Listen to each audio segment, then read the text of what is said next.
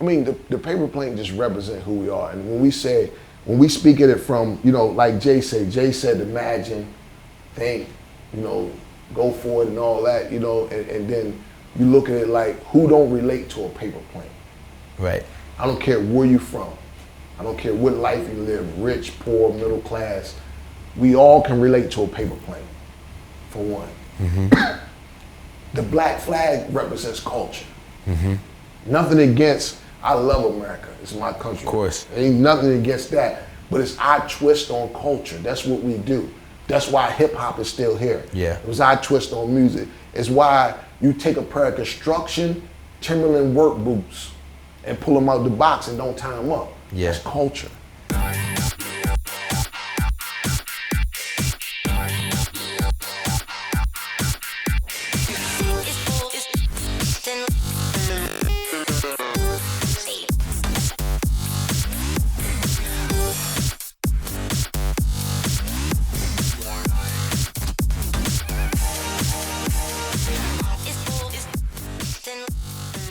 Check it out, we're back, another episode of Leaders Create Leaders, and today is a special day because we're on the 39th floor of the one and only Jay-Z's office for Roc Nation. We're going to be meeting up with modern day leader Emory Jones, who's Jay's right-hand man. We're going to get into how he's overcome his obstacles, how he talks about how greatness is a process. We're going to get into his life story on how he made it all the way from the bottom to the top here at Roc Nation. So I'm excited. 39th floor. Let's get right to it. Emory Jones. I think I just take pride in the fact that being able to be blessed to be here. Yeah. Being able to be blessed to, you know, have this conversation. Me too. Being able to be blessed to, you know, people really respecting me the way they respect me as a man. Yeah. Not about nothing else, you know what I mean? Because think about it, I had to fight that stigma. You know what I mean? I had to fight that stigma. You know what I mean? I tell people every time that my story no different than anybody else's stories. Just so happened that, you know, I got a Jay-Z involved, which I'm blessed to be able. Don't hold it against me because my best friend and my brother is Jay-Z. Yeah. Don't hold that against me. Right. You know what I'm saying? Like, yeah. Don't hold that against me. You know, so how did that like y'all both grew up in Marcy projects together? No, the funny thing is I'm originally from Maryland.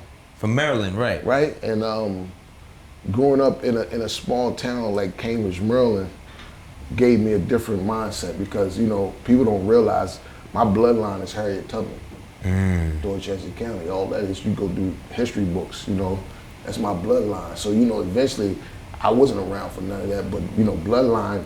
Carried through, you know what I mean? So being able to grow up somewhere like that, but then, you know, I hit the streets early. I was in the streets early, and being able to be in the streets was one of them things.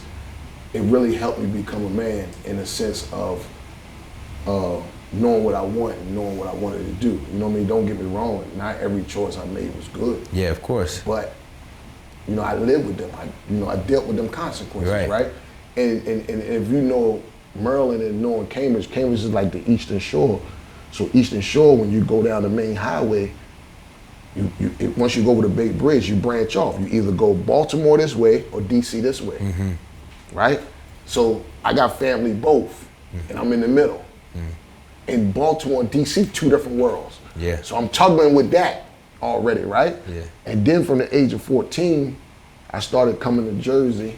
My grandfather was from Jersey, and I was running the street hustling. And just so happened, Jay was in Trenton at the same time. You know, we crossed paths, and to have Trenton and then New York in my mix, it's like the best of, it's the best of everything. Because I'm learning this, because it's just like you take a city dude, if you take him out the projects, he can't, you know, he don't know how to adjust to. Yeah. Right? Yeah. Just the same if you take a country boy out of the country, it's hard for them to adjust in these buildings, right? So it was the best of everything. Wow. You know, it was the best of You had to really adapt. I had to really adapt. You know what I mean? I had to really adapt, was though, you know, doing that and going to Marcy back then and being an outsider. Yeah. Like, who's this guy? Right, but everybody loved me. Everybody got to know you. Everybody got to know me because I, you know, at the end of the day, who you are as a person is going to shine more than anything. and everybody got to know me. So it's just like now. Were you always like this? Were you always humble? Always, no matter what? I mean, think about it. You go away and do all that time. How much time was it? 12 years. It's 12. And you do that time, and when you see the people around you, life change overnight. Like, you know, I went in the beginning of Hard Knock Life. Man, that was the best album. So that means I was gone during that transition. Wow. Right? How did that feel going into that though? Like, was it? I mean, I looked at it like this. I'm a man that look at it like, shit, there's opportunities. Like, when I do hit, there's opportunities. It wasn't about, when I hit, Jay can give me this or that. It was opportunities. Right. It's more and more opportunities. Yeah. You're that's a hustler. The best way to look at it. If you're a hustler, you know how to take opportunity and run. It was one of them things was though, you can't go away from all that time and come back and be back into people's life the way you is when they have so much success without having a good heart. Yeah. Because nobody got time to jeopardize what they built. Right. Worrying about if I'm gonna do right or wrong. That's reality. I don't expect them to.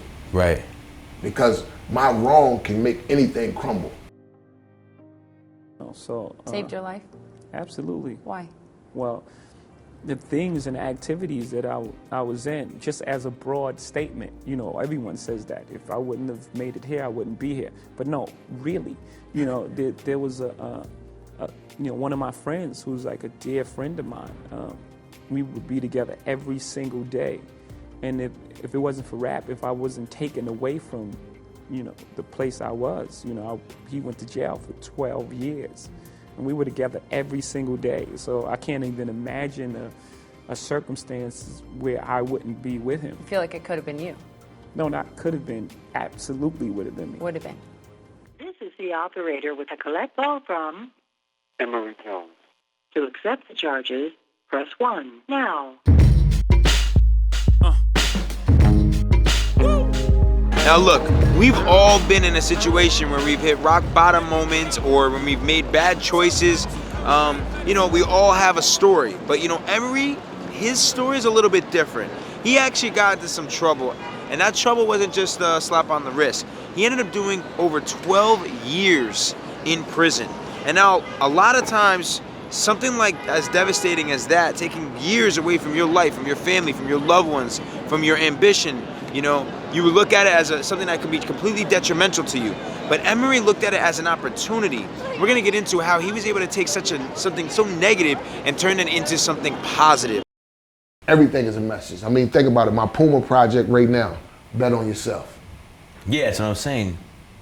And everybody, and they was like, yo, we want to do Vegas Jones, and I'm like, and I thought about it, and I was like, you know what? I got Vegas Jones from all the wrong reasons. Okay. So I flipped it. Yeah. You know what I mean? I got it from Can I Live? You know what I mean? Viva Las Vegas, meet me at the crack table, the ones that starts a G up, because ain't no Frost Willie gambling and re-up, that's me, right? So that's us in Vegas, no record deal, balling out of control, right? Fast forward, when my guy Upscale finally got me to do social media, I was like, I gotta bring something positive, I just can't be posted. Right. That's when I did the Word of the Day. I love that. Right? The Word of the Day came from when I was inside. I was one of the first batch of inmates who had the email system. When they introduced, you can do emails in the feds. Oh, wow. So on an email system, you can get 30 people. It's cheaper, it's convenient. Phone, you only get 300 minutes a month. Right. With emails, you can, right? So I started work sending out to my 30 people Word of the Days. Really? So when we locked down and I can't call or hit for 2 or 3 days, they like something wrong because they waiting for that Word of the Day. Oh, wow. It's like for him to be in, he's lifting us. Yeah. The Word of the Day. So it was like cool. So I had a friend of mine who, you know, was into music, found God, and gave up all his equipment. He was making mixtapes since '82. Wow. DJ Randy P, the positive one. From the hood, but he came up in a positive light. So he was on my list. So when he found God, he got rid of all his equipment. I'm talking, we had J stuff when I was in high school. And he'd be at my high school dances. You know what I'm saying? And When I came home, he said, I got a gift for you. So we finally seen each other, or he sent it to me. It was an envelope. He sent me every word of the day with the date that I sent out while I was in. Wow. So when I first started Words of the Day, I used them words, and then once I got rid of them, I started building off of. Yeah. But that's where it came from. I love that. Came from, and then you know, fast forward now, like I said, that positive energy. So when he said Vegas Jones, I said, okay, Vegas Jones came from all the wrong things. I'm gonna flip it and bet on yourself. Right. Casino, gambling, we gamble on everything. We go in the streets and gamble our life in the streets. Right. For real. Why not gamble and betting on yourself?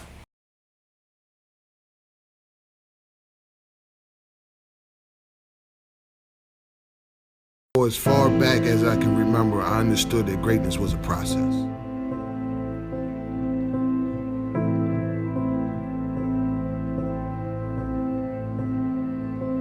My mother taught me respect, work ethic, patience, and my city taught me how essential those would be to my survival.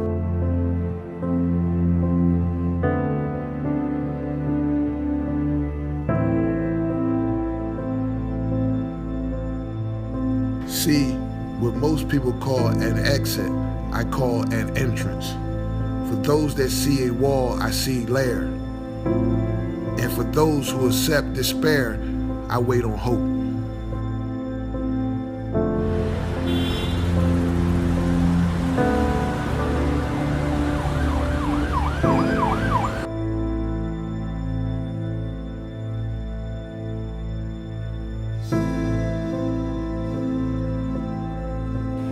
I feel like as I've gotten to know you too, you're a very patient individual. Because I didn't let the time do me, I did the time. Right.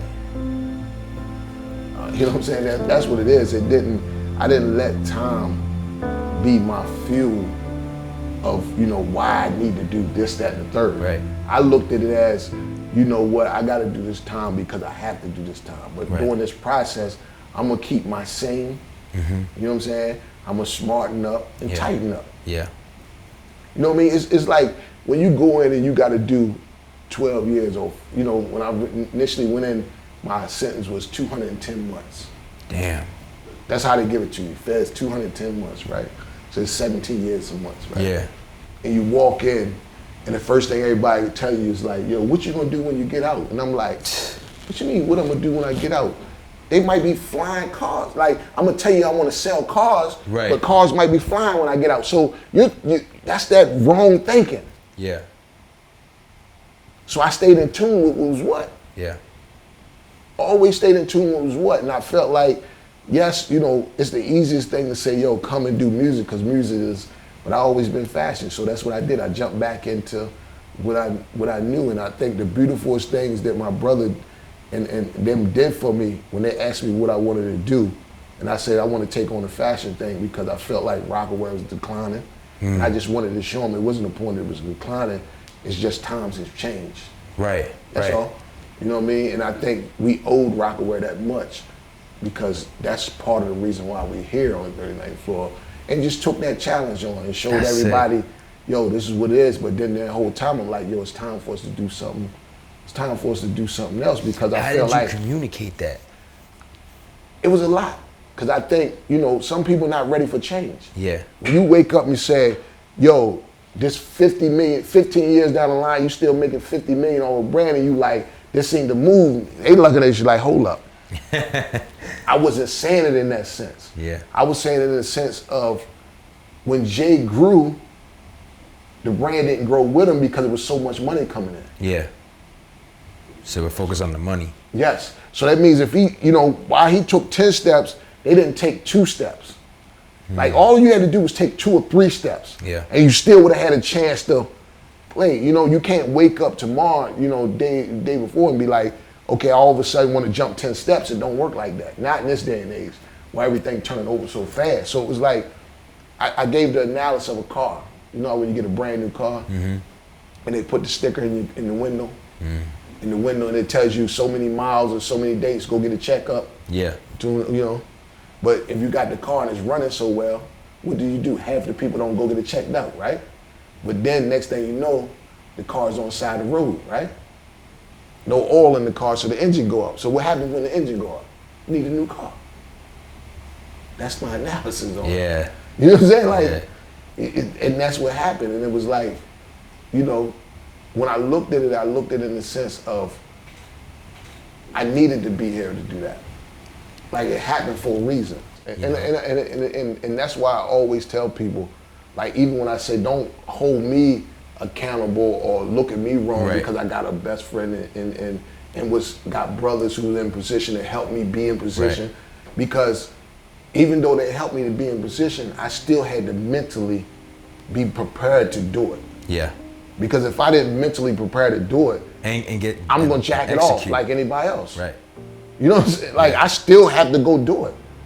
So what, you put the money on the table, if I don't know how to go spend it, right, I'm gonna come back and ask you for some more money. Yeah. You're a mentor to a lot of individuals. You're a role model to a whole generation of people that hear your story and know what you've been through. Who's been what does mentorship mean to you? Who have been mentors in your life, and how and what is it like to be someone? I know, like, even Meek, when he came to you, comes to you for answers. I think with me, I don't put an age limit on a mentor. Right. Because I feel like we can learn from everybody. Yeah. And I think that's where we miss out with the new generation. A lot of old heads want to talk at them. We don't talk with them. You know, so I'm not that type of person. So I listen to them. When you catch that new fresh energy coming in, they can give you some game to keep you up on your toes. And guess what? A lot of people can give you some game that you really don't like and don't make sense, but they're gonna give you the game to understand to stay how not to. I tell people all the time, I tell my kids, I say, don't count a fool out, because a fool can always teach you how not to be them. Right. I think first, when you talk about leaders, I think people put leadership and status symbol, right? And I think, it's different types of leaders, right?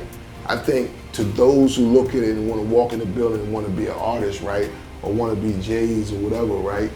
Don't walk in the building and just look at that. Look at the people around and help him become him. Look at the guy who's head of marketing. Look at the guy who's, social media. Look at the guy who's whatever. And understand that they leaders too. Yeah. You know what I mean? Because you got to lead at home first before you can lead anywhere else, right? So if you taking on them responsibilities that you're supposed to have, that's leadership. Yeah. And let that leadership help you grow into the businessman, the entrepreneur you want to be. But it starts there. It don't start here. You can't be a leader in the office but then go home and you have no leadership skills. Yeah, I think it's a way of life. It's a way of life. You know what I mean? And my thing is to all, when you're talking about leader, don't overthink it. It's meant for you to be, we always born to be leader in some kind of way. Yes. You know what I mean? Team is team. Just because you're a part of the team and you're not the lead don't mean you're not a leader. Because the team is Voltron, it comes together to win. I said to myself, there's a lot of people out there that are called thought leaders. Everyone has a thought about how to do it, and I said, everyone can talk at you. I want to be more of a show leader. You know what I'm saying? Like, we need more people out there that are showing it, and that's something that you're doing. Yes. And I feel blessed to have you in my life and as a relationship. My brother, you know that. Thank you so you much know for that, man. sharing From the day story. one, man. It's like it's different. You know what I'm saying? It's different, man. Yes. It's different, man. He's really been an inspiration to people like Rihanna, Meek Mill. He talks and he's a mentor to a lot of people, and now he's brokering his own deals, and it's really cool to see. You know what? It didn't happen overnight. This guy did something that most people could never overcome. Prison for 12 years, and now he's working with some of the biggest brands in the world, with a company like Roc Nation, with friends like Jay-Z and many other inspiring people. That's another story of Leaders Create Leaders, how you can overcome anything in life. Bet on yourself. Leaders Create Leaders, Emory Jones. Let's get it. Peace.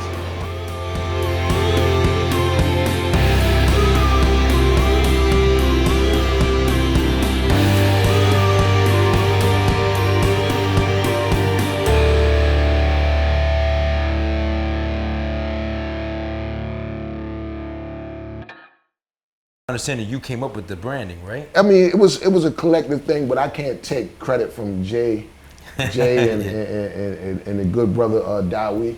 Okay. You know what I mean? You know, the creative God that he is.